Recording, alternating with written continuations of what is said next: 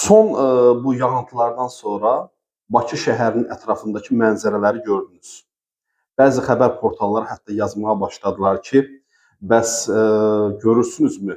Yəni daha çox bu su basmalar və bu rəzalət şəhərin ətrafındakı o qanunsuz tikililərin yerləşdiyi ərazilərdə baş verdi. Yəni təsəvvür edin, sanki İmişlidən Yengibar basa-basa gəlib dərənin üstündə Mehdabadda ev tikəcək və bundan da kimsənin xəbəri olmayacaq. Yəni bir butka tiksin başının üstünə alırlar. Amma bu şəhərsalmadakı qüsurlar sadəcə indi aid deyil. Bizdə bu xronik problemdir. 100 ildən gələn problemdir. Onda qəhvələrinizi hazır saxlayın. Sizə biraz Bakının tarixi haqqında danışım.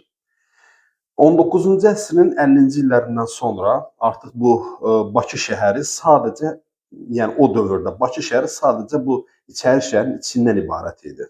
Yəni insanlar orada yaşayırdı, kənarında yaşayış yoxdur.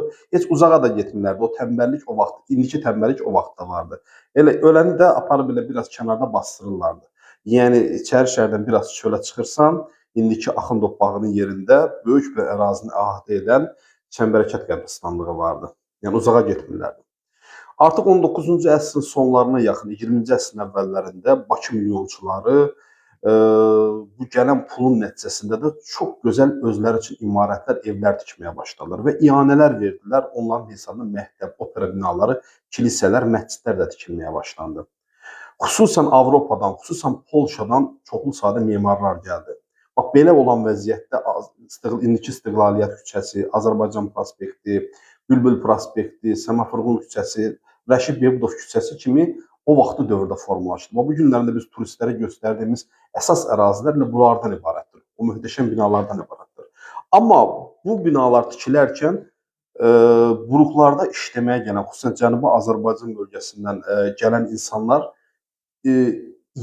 onlar üçün ev yoxdur. Nə edəcəklər? Harda gəldi? Boş torpaqda başladılar özlərinə daxmalar tikməyə.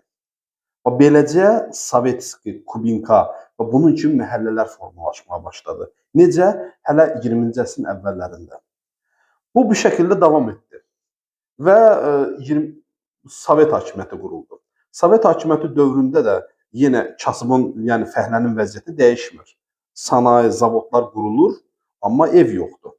Düzdür, bəzi yataqxanalar var, amma yenə də onlar ailələri üçün qalması üçün yeri yoxdur. Azərbaycanın müxtəlif bölgələrindən bura işləmək üçün insanlar gəlir və beləcə bu gecəqondu məhəllələr biraz da böyüməyə başladı. Artıq Xutor, Papanin, Dağlı məhəllələri,